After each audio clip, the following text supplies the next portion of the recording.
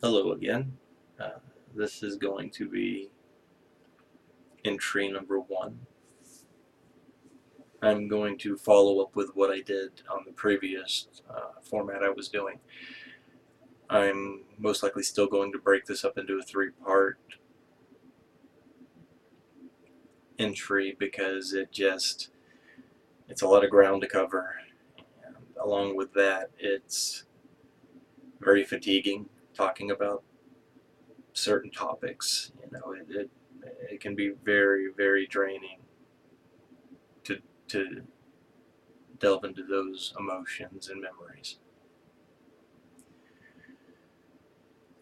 What it's going to consist of is I'm going to give a little background on my family, going from my birth to just after my 13th birthday. It was at that point in my life that I experienced the most horrific, tragic event of my life, and it still remains that 27 years later. Um, that is when my oldest sister, Angei, passed away. It it changed our family. It changed me. It changed the whole dynamic to our family and our life. It was something that's really, I don't even know if I can put into words. Fractured is real good. That's a nice nice word for it. I'm obviously I'm going to keep some details out just for respect for my family and not making that public. I have no problem talking about any of those things. So if anybody has questions or something that I may have been vague with, wants to reach out and ask me questions, feel free. Just be respectful. I I don't mind talking about the stuff. Um, Also, names. I don't know if I'm going to drop like people outside of my family's names on certain things, just because I want to be respectful of other people's privacy and such. And all right, well, there we go. Hello, my name is David Lewis Kastler. I was born April 21st, 1978, in Columbus, Georgia. I have 2 siblings, both older, both sisters. My sister, Angei, who was born in 73, and my sister Lisa, who was born in 74. Lisa is like 3.5 years older than me, and Angei was like just barely over 5 years. So, um, I was close with them, but there was a big age gap, especially at that. 5 years is a big gap at that point. Um, just to give a little idea on my relationship with them. Um, I love both my sisters very much. They're very important to me. My family is very important to me. But as a young child, I was the baby. Lisa was the middle child, and she was just real independent. She kind of didn't keep to herself, but she just was, just more, like I said, that independent one. And Angei, being the oldest, she was a very amazing person, but she had a very powerful personality. Believe me, she was sweet, but she'd fuck you up. So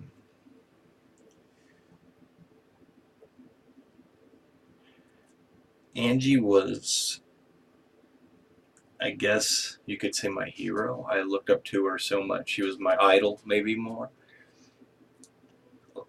I'd say that. I know, growing up, I would do anything. Like she would set me up for the most crazy shit, and like I would just go along with it. Like I was just like, okay, whatever. And it sounds good. She seems to have this thought through, and then next thing you know, I'm upside down in a ditch in a Power Wheels, wearing a motorcycle helmet, or God, I can't even. There's just too many things. So she could talk me into anything because I don't know, just I look up to her so much, and she's given so much to who I am. She introduced me to so many things. She's the one that gave me my love for horror movies. She's the one that gave me my love of scaring people. She was like my sisters were relentless, but Angie was always like the one at the forefront. Lisa was just like, you know what, I'll go for the, I'll hang out for this, and it's fun. At least you're not fucking with me, you know. So I mean, from a young age, they do all kinds of things to scare me. So eventually I had to adapt. And what's funny about it is I went from being, this timid, shy child, which a lot of people don't realize that or know that I was up till 18, 19, I was very quiet, shy, reserved. I was a little more open around people I knew, but like when I was a kid, I was even really ridiculously shy. Like, so easy to embarrass. It was just ridiculous. So I had to adapt. And now, I developed this love for scaring. And but what's great is I don't mind being scared back because it just kind of fuels me. It like gets me going. So that's not the point of this though. But she gave me my love of heavy metal and hard rock. She was she was pretty fucking awesome. She was in high school part of the Pony Express, which was a dance squad, and she loved gymnastics, dance, anything of that nature. But then she was also in shop class building portables with the guys.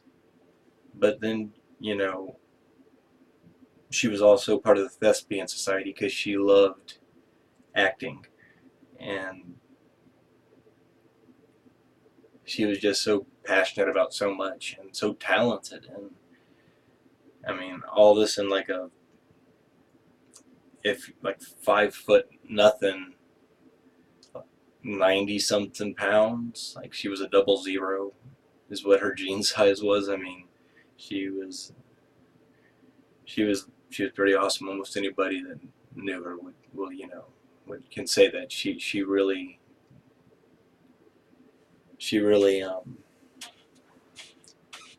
left a mark on people.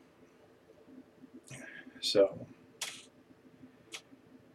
I moving on forward. Let's you come up to April 21st, 1991. That puts me turning 13. That's my 13th birthday. It was a Sunday. Angei had just turned 18 the previous month. Her birthday was March 23rd.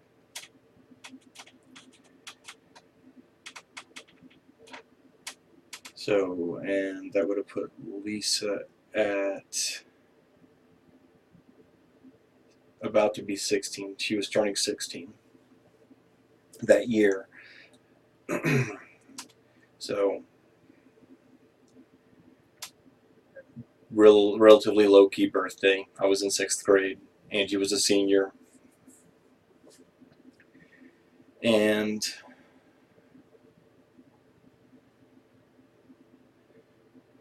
that Friday, which was the 26th of April, 91, Angei and Lisa were out at the mall. Now, Angei her and her boyfriend had broke up, her longtime boyfriend, and they, it was upsetting because she cared about him a lot. He cared about her. They, in my opinion, would have ended up back together. It was just a high school squabble. But while they were at the mall, this piece of shit that worked at Middleburg High took it upon himself to approach Angei while they were at the mall and ask her if she had seen her ex-boyfriend's new girlfriend, and told her how pretty she was and this and that. And I don't even, to this day, I don't even know if that was, truthful that he had started seeing someone else, because I don't think he had. I've talked to him, and I don't believe that's the case. And then she was very upset, and told my sister, my sister stayed with some friends, and Angie went home because she was pretty upset.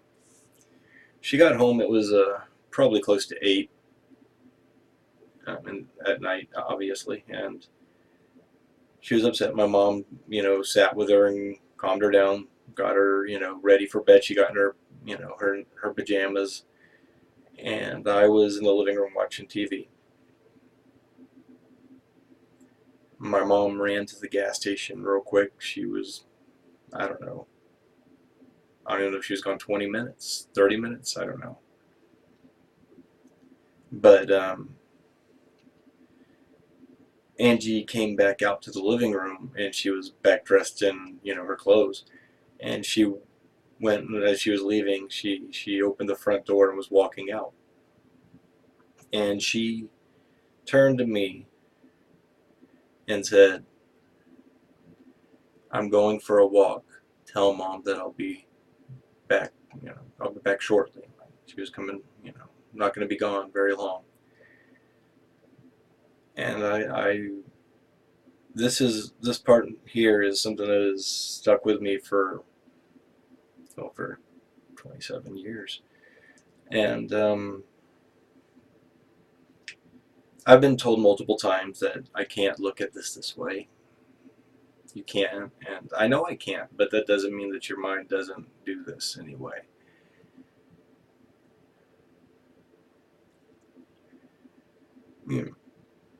I looked at, well, in fact, I barely even took my eyes off the TV. I acknowledged her, but I was, so wrapped up, and I don't even know what I was watching. That's how important it was. And I told her, okay. And Angie stepped out the door, and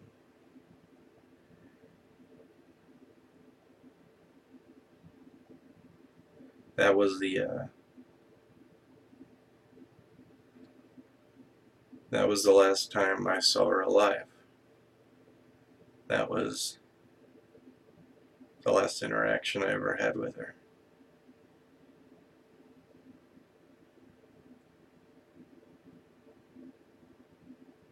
And I carry that pretty heavy because, I was not only I was the only one, I was the last one in our family that saw her.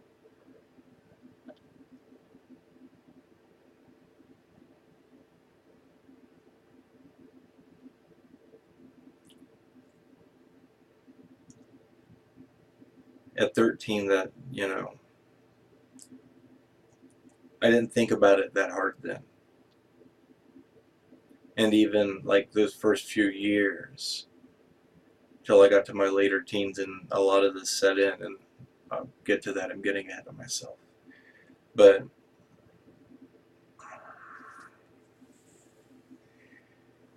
it just really stuck with me. And that's one reason I, to this day, have certain separation anxieties. It's affected almost all of my relationships because I can't handle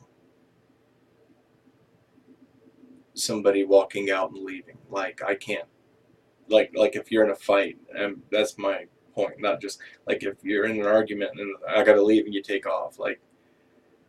I've had somebody walk out the door and they don't come back, and I know that happens to a lot of people, but not, I don't know. I can only speak from my experience, but it's a horrible feeling. It's a horrible fucking feeling. I realize that I couldn't have done anything. Everyone told me, Angie wouldn't have let you do anything, and they're right. I mean, there is nothing I could have done per se, but I could have been a little less preoccupied, So that's why I tell people, don't go to bed angry. That doesn't mean that you're forgiving everything and this and that and you've worked everything out. Don't go to bed angry. Don't leave without saying goodbye. Be meaningful. There's nowhere you have to be so badly that you do not have time to look in someone's eyes and give them a meaningful goodbye. It takes like what, 3 to 5 seconds? I mean, and I'm guilty of it. I'm not saying I'm perfect. I've had it happen where I've done it multiple times. But I try to be conscious of that, conscious of my actions and lack thereof, and make sure that I'm trying every day to be a better person and a better son and father and brother and friend. And so just, don't take goodbyes for granted. I promise you, seeing somebody again and having the opportunity again is not a fucking guarantee. It's just not.